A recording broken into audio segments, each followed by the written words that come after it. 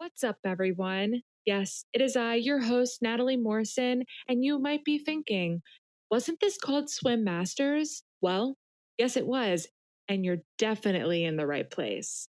We decided that we wanted to give the podcast a bit of a makeover, and we're so proud to introduce to you ReVoicing the Future, a Women of NAM podcast. Don't worry, it's still the same content, still the same hosts. We just wanted to take this to the next level. And we're excited that you're joining us on this fantastic journey. The episode that you're currently listening to was recorded before the name change. And I just wanted to let you know that you are in the right spot. So keep on listening. Be sure to subscribe and stay tuned for all new episodes of ReVoicing the Future, a Women of NAM podcast, coming soon.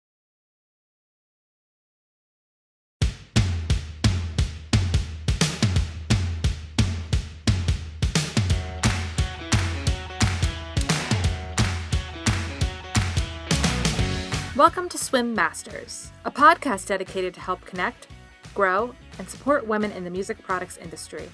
I am your host, Natalie Morrison.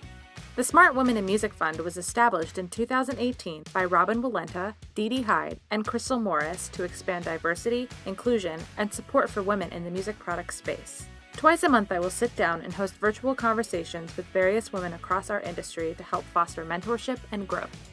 Now, without further ado, let's dive in.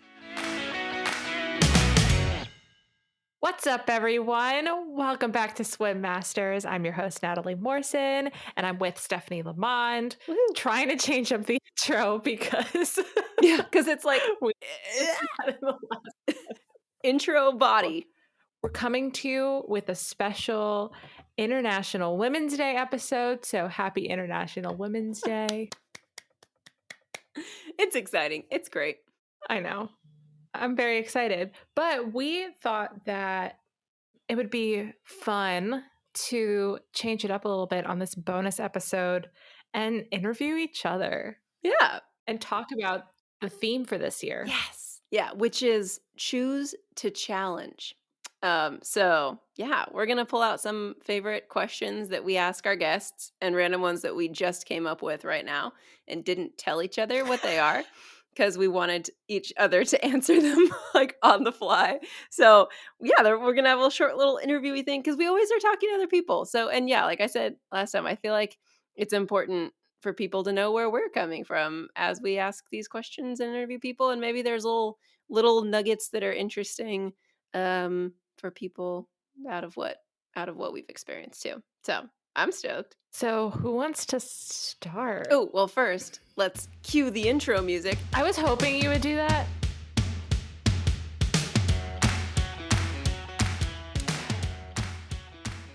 Do we rock, paper, scissors? See who goes first? Okay, Yeah. 1, 2, 3. Rock, paper, scissors. Got you. Okay. All right. I guess, does that mean I go first or you go first? I think that means you ask me first. Okay, great. That was fun doing it with the lag. That's really funny. Like, Okay, so, well, I guess to start off, my fun questions will come after just a general overview. But I think to work one in, give us just like the basic rundown, like looking back, crisscross of how you got to your job at D'Addario. Starting from like when you first knew you wanted to be in music, and like was there even a moment that you knew, or was it just always like the air you were breathing, you know? It was the air that I was breathing. And I think a lot of it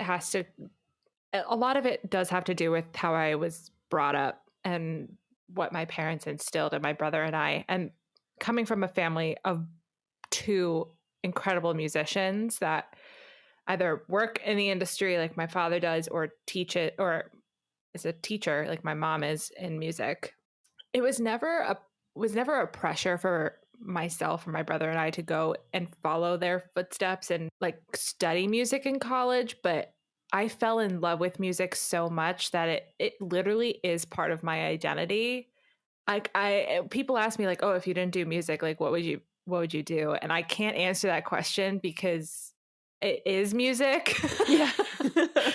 Yeah, there is no it would be what else in music would I do, Right, right? There's, like, exactly. no other yeah. So I think when I was looking at like colleges and like what my ideal career path would be when I was in high school, I knew I didn't want to perform and I knew I didn't want to teach because I don't have the patience to deal with children. And like, praise to my mom for teaching elementary school.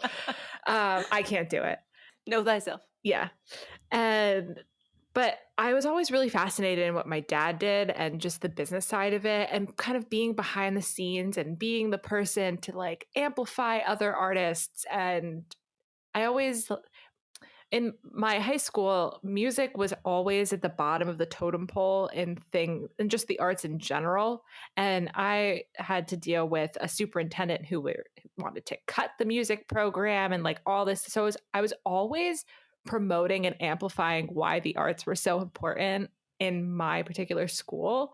And I was like, you know what? This is really cool. Like, I want to continue this in college. But when I went to college, I didn't want to do like the cookie cutter music business degree. Not that there's anything wrong with that, but for me personally, I wanted to have more of a well-rounded education in the marketing and the communications aspect of it, Yeah, yeah. which is why Ithaca was so appealing to me at the time. But then I still wanted to continue on with music as a minor so that I was immersed in this incredible music program and I was playing some of the most beautiful music of our time with college students who are also studying as performance majors or education majors.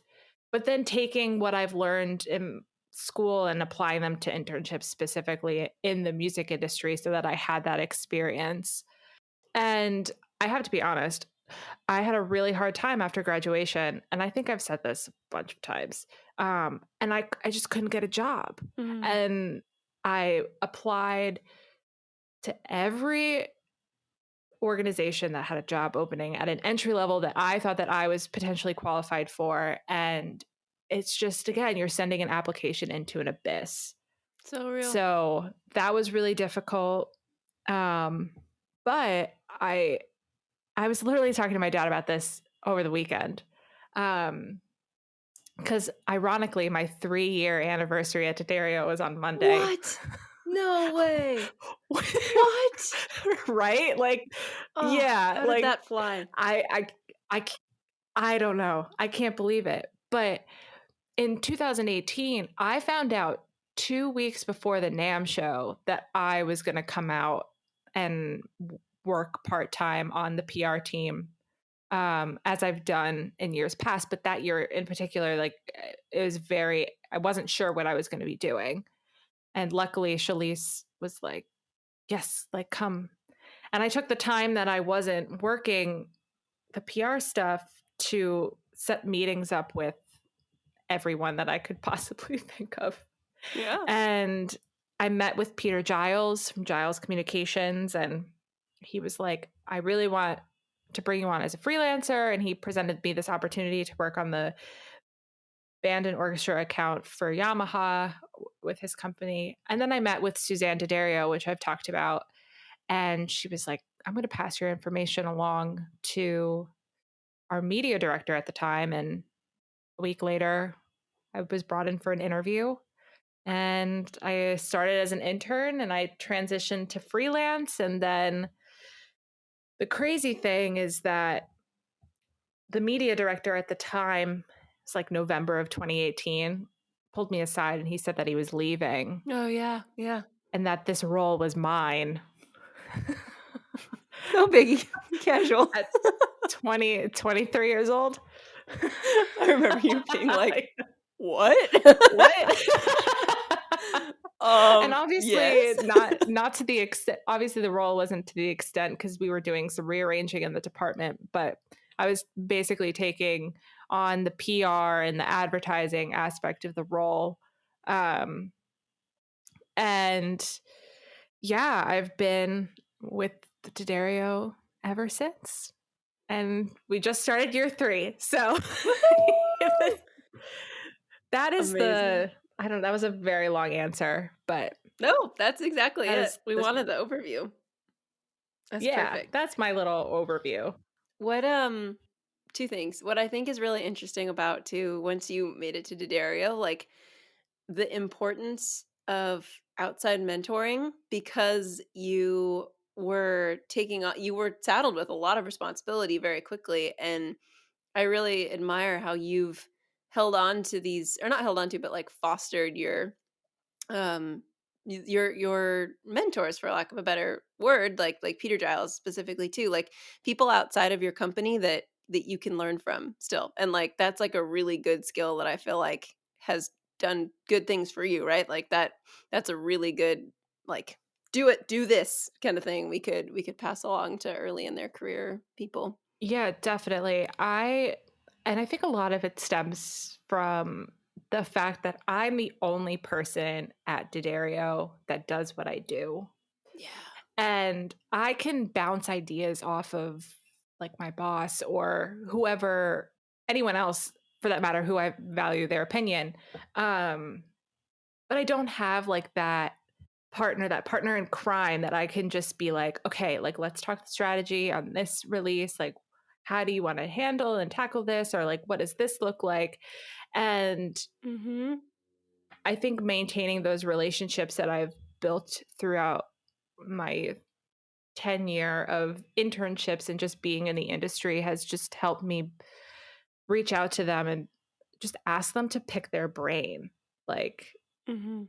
and just get advice whenever I need it, because sometimes it can feel like I'm on my own little island. And I hope if anyone at D'Addario is listening to this, I'm good. Like we're good. Like I'm okay. Like everything's fine. I'm okay.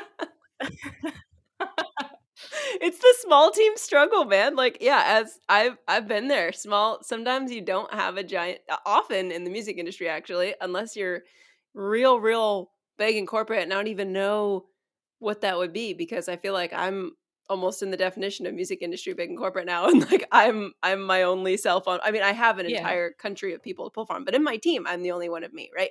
So like it's often you'll be your own self, and yeah, finding ways to survive like that as especially as an external processor and someone that really likes working in teams is very important, I think. Yeah, I like to feed off of other people, which is also like part of the reason I'm not gonna go on this tangent, but like that I miss being in the office Mhm. because it was so easy to just look at like turn around and be like, hey, Yeah. what do you think of this? How are you specifically combating that now in COVID? What has been your survival tactic for getting around that in COVID? I think I'm still figuring it out. Fair. That's very fair. At, honestly, at first, it was a little overwhelming just thinking like it's hard because we're like either I'm in meetings all day or I'm catching up on all the work that I need to do and I'm not in meetings all day. And Mhm. I think just I have a checklist of things that like I need to do and people I need to talk to, and I'll like message someone and be like, "Hey, do you have like 5 minutes?" or like, "Hey, FYI, I'm going to schedule like 5 minutes at the end of the day so that we could like just hash out like this one little thing or pick your brain about X, Y, and Z." I just think it's going to be a learning curve, and it's trial and error. You're just going to figure out how it ends itself. Totally. Totally. Um, Real quick, because I feel like it's relevant. What describe to listeners who Bob Morrison is and the environment that you no, but I feel like it's a thing. 'Cause we talk about our dads a lot. So just a quick summary of your dad and his career, and that, yeah, as the air we talk about that you were breathing, right? What you were around as you were growing up. Oh my gosh, my dad is listening. Hi. I hope I don't Hi, butcher Dad. this. No, so my dad has been the forefront of music education advocacy, but his career has did not start that way. He started out at Pearl. He started out wanting to be a performer. He wanted to play. He's a drummer. That's what he wanted to do. He Oh. wanted to play. And he realized really quickly that he couldn't do that, and that was not going to be something that would be a sustainable career for him. He then made his way over to Pearl and worked on product development or something along those lines, and then ended up at NAMM in a role similar to what market Was that market development? Yeah, he was in that I role, think it's right? market development. Yeah. So he did market development at NAMM for several years, and then I was born. And then he left NAMM because he was given the opportunity to launch VH1 Save the Music, and he did that for several years. And then he launched his own company, Music for All, which then merged with Bands of America. And now he owns and operates his own arts education research company. See, I'm telling you, it's like it's but it's all great. over the place. It's awesome. Yeah, he runs his own arts education research company, and his goal is to provide public access to data across the country to showcase where all of our arts programs are and where we need to work on it so that every single child in the United States has access to music and arts education. Love it. I hope I explained that right. It's perfect. No, it's perfect. And I think that does a really good job too of painting the and as your mom is teacher too, like the view, but like we're talking about dads here because like they're the ones that were specifically connected to NAMM. That lens of advocacy and education that's so Yeah. strong in your career path. I love it. So my fun question of that is, what is a moment that you can remember where maybe it's the first one where you experienced something where you were like, I'm in it. I've made it. Like I'm in it. Like I've got the job. Like I'm in my world. Like was there a moment like, cuz I've had a moment like that, and I wonder if that's a universal thing where it hits you that you're like, "Oh, this is my life. Like I got in." Are we talking like, I'm going to give two answers to that, I think, but one in particular. Please.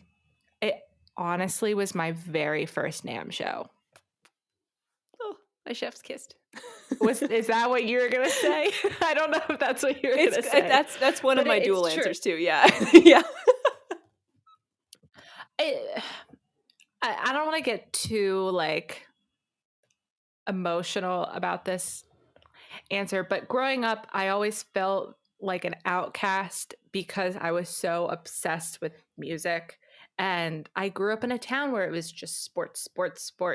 And not that there's anything wrong with sports, I just was not into sports. And I always had activities outside of my school that had to do with music. So I was always involved in other things, so that even though my world in school wasn't music focused, I still had a network of I had experiences with my youth orchestra and a choir camp I attended over the summer and stuff like that, just so that I was surrounded by people who were like-minded and loved the same things that I did, because I felt like I didn't really have that in school.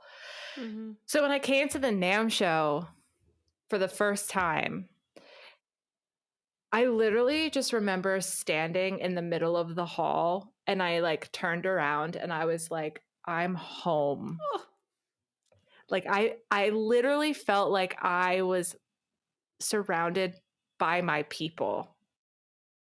And I don't know if it also has to do with the fact that like my dad's been in the industry for forever. So I know all of these other people just throughout like walks of life, that made it feel even more like a family and a home to me. But that was my aha moment. And I had such NAMM withdrawal after that first year. I was like, I don't want to go back to school. Like, this is great. Like, can I just like muster in this like the entire time? And I think that like, now that people hear this, they're gonna be like, oh, that's why Natalie loves NAMM so much. I'm like, well, yeah.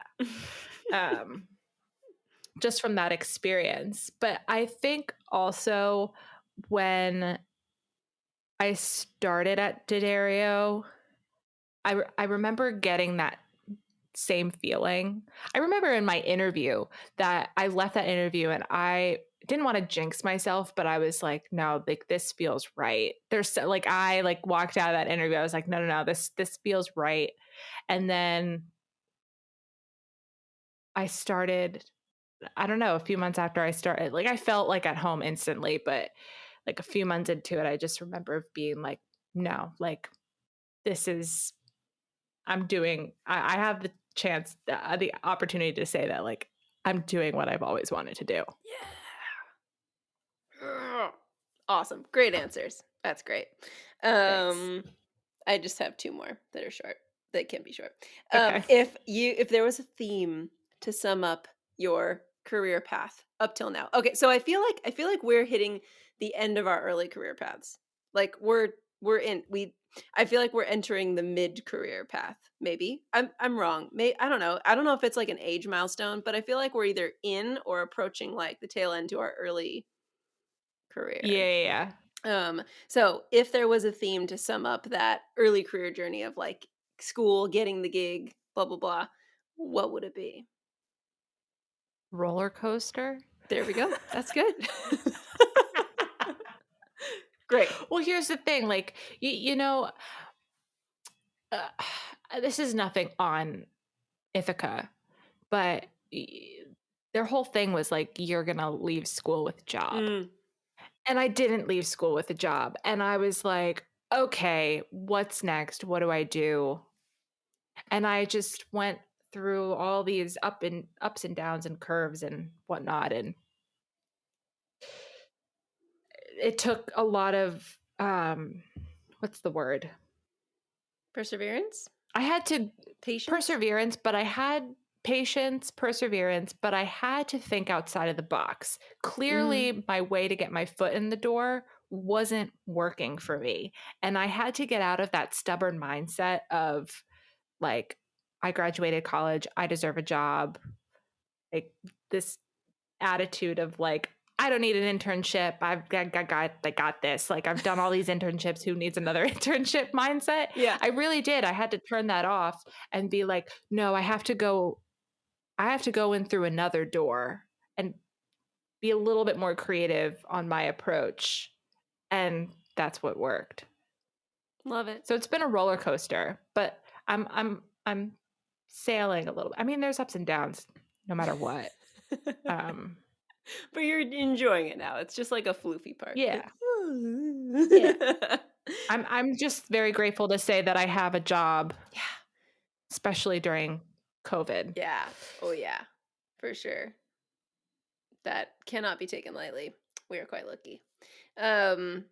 Well, but you went through it too. You were furloughed in the beginning. Like you had a COVID journey of employment for sure. And we're lucky that you're back in it. Yeah. But that was a process. And I'm just very thankful. I'm just going to put this in, but I'm very thankful for everything that D'Addario has provided for us during this time. Totally. And I'm just very fortunate and lucky to work for an incredible company. So shout out to you, D'Addario. Hell yeah. Took care of my girl. We're good. Great. So my last question for you. What is one of your favorite moments of women supporting women that you have experienced in your career thus far? Or just support in general, but like what pops in? Honestly, I have to say, I think my experience in the industry would have been very different if it wasn't for my time on the NAMM PR team. We were so fortunate enough to be surrounded by just several incredible women leaders at NAMM to coach us and guide us through this crazy 5-day experience. But we all came out as stronger women because of it. And that bond that we have, like, I'm just going to shout everyone out. Laura Bodmer, Claire Block, Samantha Prince, and Shalise. My girl Shalise. I just hit myself in the too excited. Too excited. I hit my headphones. And Shalise, you, Miranda, Valeska, Anya, seriously, I could not be more grateful for the experience in my time on the NAMPR team and just the sisterhood that has come out of that in particular. Totally. The fact that we went out during this very new digital NAM to get coffees, to send pictures to each other and just make it feel a little bit more normal, and just know that we were all there supporting each other from all parts of the country, like, was a very emotional thing. And I was like, I'm just very humbled and honored. Yes. Great answer. Okay, that's all I got for you. Wow. You've been interviewed. Haha. I've been interviewed. Now it's your turn. Your turn on the hot seat. Okay, so I'm going to spin that first question back to you. Give everyone a little bit of a rundown of your journey into the music industry and where you are today. Cool. Let's see. I feel like it started, well, but similarly to Natalie, I guess it was always the air I was breathing. Because my dad, it's kind of tied to my dad's career path as well. But I started playing piano when I was like 5, and so like the I've always been in this like push pull of like the creative side of me and like the business side of me, and I'm still in it, I think. But so I started playing piano, and I just kept playing. And then in high school, I guess my first like work I did for it was I helped teach the NAM museum summer camps for a few years with Oh, Jillian. Mwah, love her. I was like, I mean, teach. I fetched food and juice boxes and stuff, but like I helped with some of the piano lessons. So I was very much like, I think I was the runner kind of thing, but it was so fun, and that was my first, I think, like legit thing that I did in the industry. And then yeah, but I went to college. I didn't know my dream always was to like be a film composer and be creative, but then I like got freaked out by the idea of going to LA because I'm like a very laid back person, and I didn't know that I could like be competitive, and I didn't know if I wanted to be part of that ecosystem. So I chickened out and went to Chapman, which has a fantastic film school. The idea was to go there with the film school, but I majored in psychology because I was like, I like working with people, which I do. But I just kept like, I was very roundabouting, which is funny because I keep hearing now as I started doing engineering later that like being a producer and engineer has so much psychology involved in it. So it was actually not a waste. Definitely not a waste at all. Also, like going to college was great outside of I feel like I got more out of the outside of the academics of college than the in of it. But anyway, so I went to college, majored in something not related, ended up doing music brain research stuff for my thesis though, like turned it around to doing a whole thing on like early childhood education and how it can close the achievement gap and stuff. So kind of was always roundabouty. And then, but the main foot was when I started, same with you, working on the NAM PR team, or interning first, and then we got brought on as workers, assistants, not work. I don't know. I guess we were workers, but that was a weird way to put it. I think like second year of college, I brought like a whole gaggle of people the first year to the show from Chapman, and then the next year Miranda and I were like, can we like be involved? And Laura was like, sure, like I'll take them, because we were into PR and communications, and that was always like my main foot in the door. And so it was a big struggle for me too, of like, as such part of my identity, but I felt like I was never actually in it because my day job wasn't it for a long time. But I always had that anchor that was every year I'd get to go to NAM and work on the PR team, and for a little bit I felt like I'd made it. And I was still finding my way, and I'm still finding my way. So I left college and moved home to San Diego for a little bit while I kind of figured out what was next. And I ended up moving up to San Francisco because I love the city. I didn't want to move to LA yet. Again, I was still afraid of it. And I like just love the city. My best friend growing up was there, and I like sort of followed a boy who I'm no longer with. And I I didn't know that. I just assumed there was music industry up here, but I didn't know what. So I got up here. I chose the place over the job. So I got up here and was still working remote for this SEO company I was working for in San Diego right out of college, doing like website landing pages and stuff for like Budget Blinds and Oxyfresh, and like it was franchises specifically. So I was like, oh, but it was all. I mean, if you're listening, Fran Connect, mwah, great first job. I got to like go to the beach every day at lunch. It was right downtown Carlsbad, but it was not necessarily what my soul wanted to be doing. And I was working remotely for them, but then that ended, and I would barista for a while, and I think I learned most of the things I know about customer service from that. And made most of my friends in the city too from that. And then I started working at this website design agency. I was working like too much. I was working two jobs, like more than part-time each of them, for a while, at the being like the office manager of the website design agency. But there they started grooming me to be like a project manager, a junior project manager, and that was cool, where I started learning how to do all that, which is what I'm doing now. um and I also met Tracy, who's now my husband, so that was tight. And then that was tight. But again, it wasn't really. It was like for healthcare and like uh financial fintech stuff. It was like my big girl downtown job. I got to go downtown every day to like a cool tech company in San Francisco. But Casual. so in the middle of that though, I kept trying to keep my foot in the music world. I was doing NAMM every year. Started teaching piano at a nonprofit music school in the city called Blue Bear, and started just being there as much as I could, and worked on their events, or not worked on, but volunteered for their event staff, and met one of my main wonderful mentors of my life, Renee Richardson, who was their development director for a long time. And yeah, and then the Little Bears director position opened up, so I jumped over there, and I ran their early childhood program for 3 years.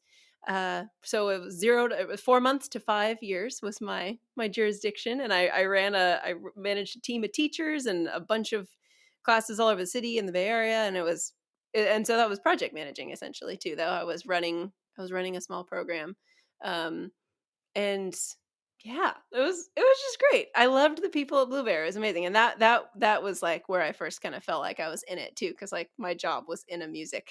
I was in it now. I got to leave the downtown tech world and finally get back into music. But and then I don't know, and I love Blue Bear, but the Little Bears director position wasn't something that really fit me still. Like I loved it and I learned so much, but I found myself being like, "No, okay, there's more that I want to do. There's different things I want to do, not necessarily more." And then yeah, on a whim, I applied to this job that I have now at the Recording Academy, project manager, and so I'm so stoked to be there, and that's where I am now. So, and doing what I'm like, I don't have any thoughts that I want to leave this job in the near future. I love it, and this is what I want to do.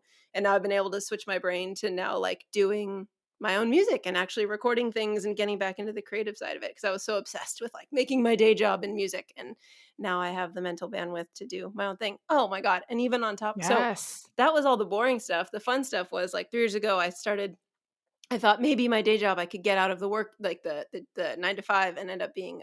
So I went to Women's Audio Mission, got their level 1 certificate, and started interning at a studio, Hyde Street Studios, Dream Rack in Studio B. Like, shout out Trent Berry, mwah, mentored the heck out of me, taught me everything I know about engineering and producing. So I worked out of there pre-COVID too. I was doing that, and then what else do I do, Natalie? Engineering was the main other part of it. I did a few nights of like live sound, and then I was like, I can't stay up that late. So tail between my legs, retreated back out of that world, although it's so fun, but I just can't do it. Um, and then I do freelance for a lot of Karen Dunn, KMD Productions event stuff, like her website design, and help her run events and everything. So I just kind of have my hands in many different pockets, but my day job is that, and that is the journey of like my music industry, Life. quote unquote, Oh, career. I love it. Yeah. That again, I feel like that was way too long, but I'll edit. I mean, you can myself. edit But mine too. that's that was the thing. That's the perk. We're the editors. We have the power of what y'all hear. So that's the story. Exactly. So I want to dive into some of the things that you've mentioned. And this first question, I want to preface this a little bit. this is why I said I was going to save this response for now. Mm-hmm. But fun fact, when my dad left NAMM, he told the NAMM president at the time, Larry Lincoln, wonderful soul, that he was leaving, but he didn't want to tell him that he was leaving until he had a replacement for himself. And the replacement happens to be your dad. Good old Joe Lamond. He Joe moonwalked Lamond. out and pushed my dad in. Great. Yep. Love it. Yeah. That's what happens. Dig it. Yeah. So that's how our fathers know each other, and essentially how we became friends.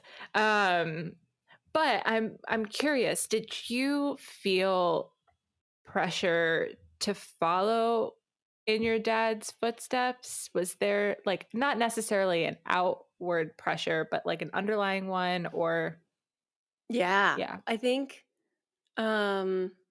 yeah, totally. I think, and definitely not outward. It's never been outward. It's all been internal. And it's something I really wrestle with. I think I'm getting to a very healthy point of framing it, but like my dad is like my person. And for a little just background on my dad, he similar, I guess, to your dad in the very beginning too, wanted to be a rock drummer, moved to California, did his the most recognizable thing he did was Tommy Two-Tone 8675309, but on that he moved into tour managing because he realized that he was less dispensable if he was running the show. So he ended up being a tour manager, did that for a long time, I guess most notably for Todd Rundgren. And for a while, which is then how we met my mom. And then he moved over to Skip's Music, was running a lot of stuff there. And then NAMM, your dad noticed him and was like, ooh, and brought him on as his replacement for Mark Development because my dad was doing a lot of programming there. And now he's been the president of NAMM for, oh my God, I think he's in his like 20th year or something. Cause I'm 27 now. And I was like 8. I was 8 when we moved to San Diego from NorCal. And so it's got to be at least, yeah. Well, no, yeah, because he was commuting for a while in the very beginning from NorCal to SoCal too. So, yeah, it's been the majority of my life. He's been either at NAMM and or the president of NAMM, and also like his career before. Like I just wanted to be my dad. So like it was not even that there was any pressure to like follow in his footsteps. I was just like he was my hero. Like I just wanted I wanted to be him. I wanted to do all that, and I think where the friction has always been is that I'm not my dad, and we're similar people, but also we're really different people. And so reconciling like I'm not ever going to give up that creative part of me, but I've not focused on it, I think, in favor of thinking that I needed to be following so closely in my dad's footsteps. Like my first thought was business rather than just like be creative and think about it later, which I think is also just a good survival skill though. I think like I'm not, I'm it's like the real, like, the don't starve mentality. Like I know how to provide for myself. And maybe that'll serve me well down the line. It's served me well now. So I don't know, but I often have moments where I look back and I'm like, well, if I wish I had just like gone to Chapman, but done music composition, or just, committed right off the bat, and where could I be now? But I also really like where I am now. Yeah. But that's what, this is something that I really admire about you in particular, is you have always had, I don't want to call it a chip on your shoulder, but you always in the back of your head, like you're like, no, I want to be creative. I want to write. I want to play. The fact that like you spent every lunch at NAMM in the room full of pianos, just playing, like and you've had like various different ways of going about being that creative person, and now you're playing shows and you're gonna write an album, like you're about to record an album, and you've written some incredible songs, and I've just like watched you through this process, but you've never given up that creative part of you, and that's something that I truly admire, because you know what you want and you know you're gonna get there, but just watching you kind of like weave your way through it has been just really inspiring. Oh, that's beautiful. Thanks. I Oh, needed you're to hear welcome. that. That's awesome. Yeah. Thank you. But I think also, I think that's why we're such good friends too, is because we have this shared experience that no one Mhm. else can relate to. Yeah, yeah. I somebody referred to it the other there's somebody brought up like I guess he's friends with Bob Moog's daughter who now runs a huge part of that and like or I think she runs the Bob Moog Foundation. I don't know. We should look her up because she sounds cool. But she called it like BMDS, Bob Moog's daughter syndrome. Like we are defined by that. But I think like that's really cool. Or we have been thus far, but I think we're very lucky that the people that we are standing on the shoulders of in that way like made a really good path for us to do so. Like I'm oh Yeah, we're our own person. yeah, and we found our own Yeah. paths too. So and just in terms of what we talk about with like visibility, that was huge. Like when I say like I wanted to be my dad, like I'm so grateful I knew what was possible because he was my Yeah. dad. Like oh, right? So it's a process and I'm still figuring it out. But he was great and had no external pressure, literally none. He was just Going back to that first like question. so yeah, right. Actually winding our way back. No pressure, but I think he's happy that I have followed in his footsteps to the extent that I have. Um yeah. Yeah. I hope I love so. it. It's so cute. Um, I've actually always wanted to ask you this question, and now I have the opportunity to do so. So I'm very excited. Yes.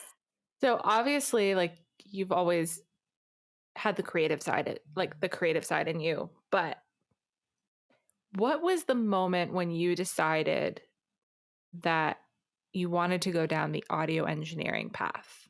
Ooh, ooh, that's fun. Oh, that's good. That's well, so it goes back to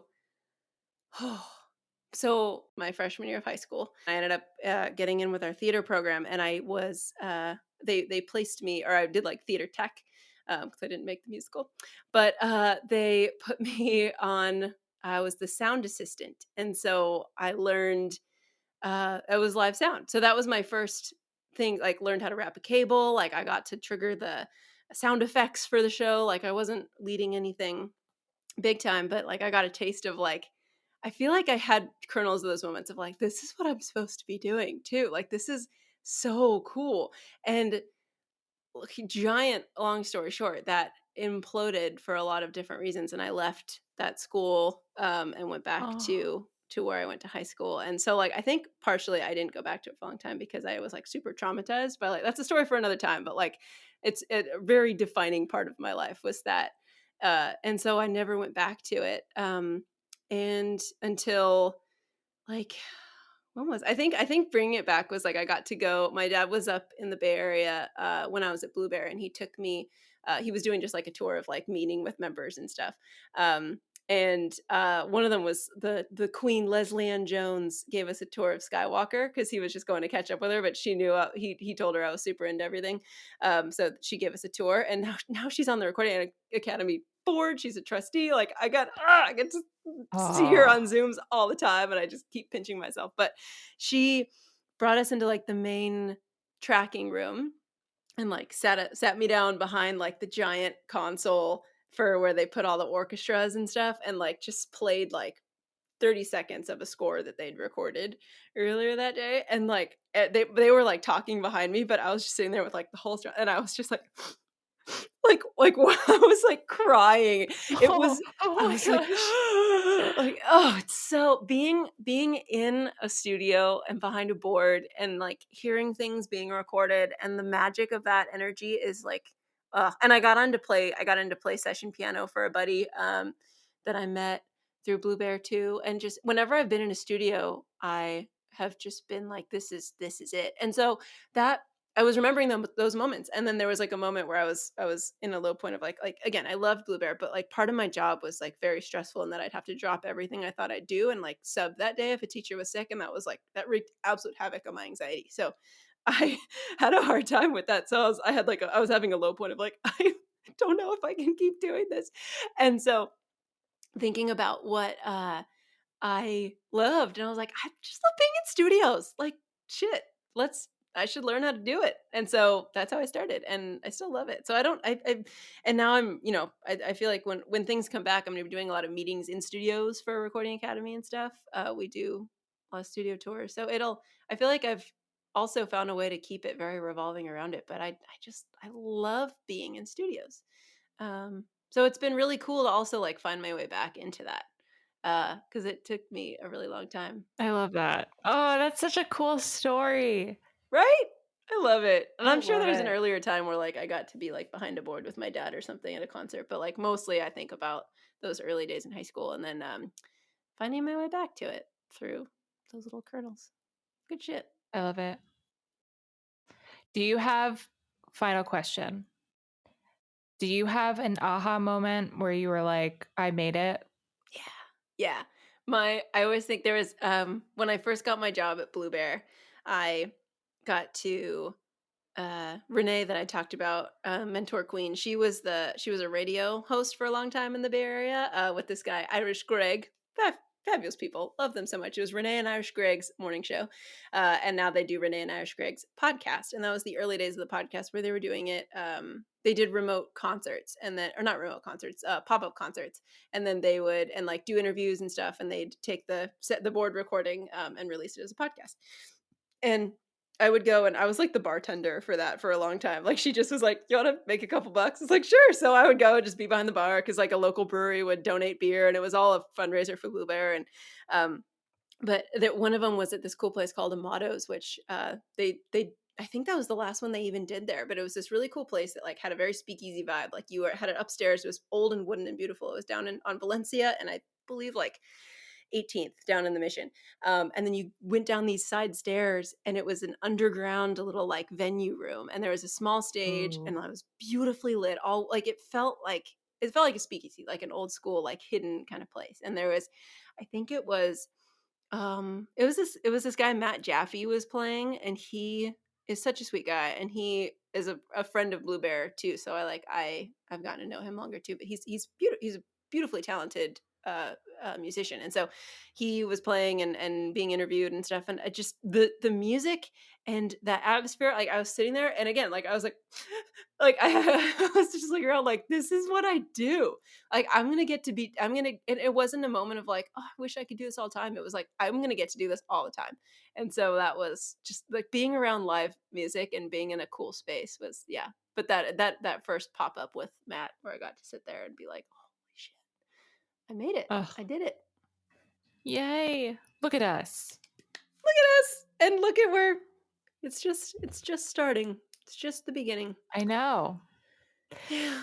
So to wrap this up, I think obviously since this is it's International Women's Day, so we obviously want to talk about International Women's Day. Mm-hmm. So I'm going to throw it to you, Steph, and then you can throw it back to me. But the theme this year, as we mentioned, is choose to challenge. So what are you choosing to challenge this year? And what do you hope for the future of the music industry? It's so broad, which is great because it means everybody can apply it to their own selves and their own lens and stuff. I think what I'm choosing to challenge this year in like a macro lens of the world and our industry and our life is like just the status quo of what it always has been, and like especially in my lens of being an engineer and a producer, like the stats are crazy of like there's like, well, the stats are wild, not crazy, getting away from that. It's like a very small percentage of producers and engineers working in popular music are female or women identifying, and um that's not how it should be. So, but that's already, I feel like there's so many really cool ways. There are places that are addressing that and working on it and stuff. But I think even further is taking it into like just representation across the board. Like how, I don't know how I will do this other than like what we're trying to do with like finding cool people to like tell the stories and tell their own stories. But I guess that's my intention, is like I am a storyteller,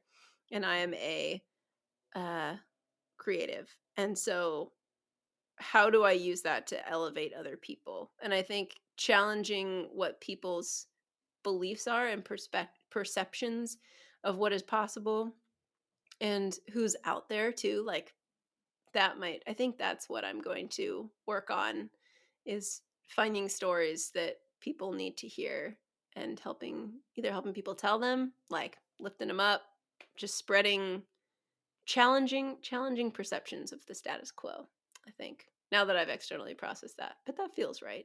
Um yeah, and I hope that we'll get to a point, like Laura said in our last episode, like where it's just awesome humans in the industry. Like I'm excited. Like we're in a period of dynamic, beautiful change.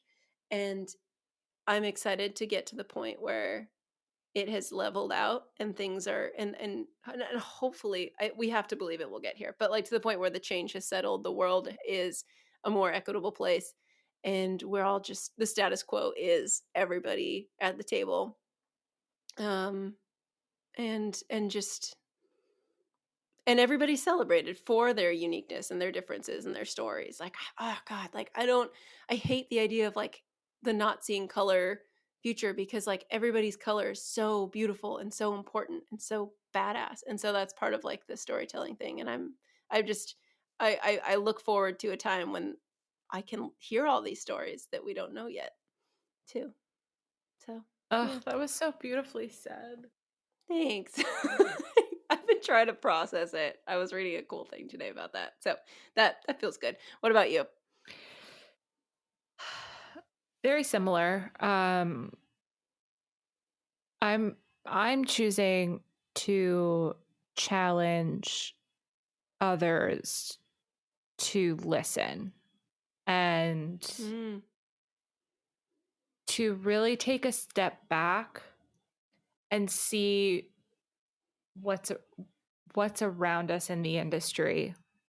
Because if we take that step back and look with wider eyes and see where things need to change and how to make sure that we're representative of everyone in the industry and what the industry truly does look like, um, having people step back and see that, hopefully that will encourage more people to speak up and challenge things. And um, yeah, I'm trying to externally process this as I'm saying it out loud, but I think a big thing with this podcast is, and especially in the music products industry, is of course shining the light on all of these incredible women that have worked in this industry or are just entering the industry, and giving them that platform is doing so much more than we think, because we're actually putting eyes Mm. on the incredible work that so many of the women in our industry are doing that hasn't necessarily been recognized in the past. And I'm really glad to be able to provide that. It's not about me. It's about everyone else. And I just want people to recognize that. And I'm just hoping that our efforts continue to make the industry and the world a better place. That is my hope. And that's what I'm challenging others to do. Hell yeah. I like it. That's a very good one. That's good. I hope that was eloquently said, because in my head I'm like, I think this is what I'm trying to say. No, it was beautiful. That's perfect. That's absolutely perfect. And I think for us too, just a challenge, we're challenging ourselves to find more awesome people to be on this and to tell their stories. So also with that, if anybody's listened this far in in our conversation, send us people that you dig, that was like we're still going off of our connections, but we don't know everybody. So send us your people that you want us to talk to, because we would love to meet them and yeah. talk to them and lift them up as much as we are able. And to all the women in the industry, we see you, we hear you, we love you. This is our day. Yeah. Rock it. And let's just celebrate each other. Yeah. Yeah, sisterhood. Tight.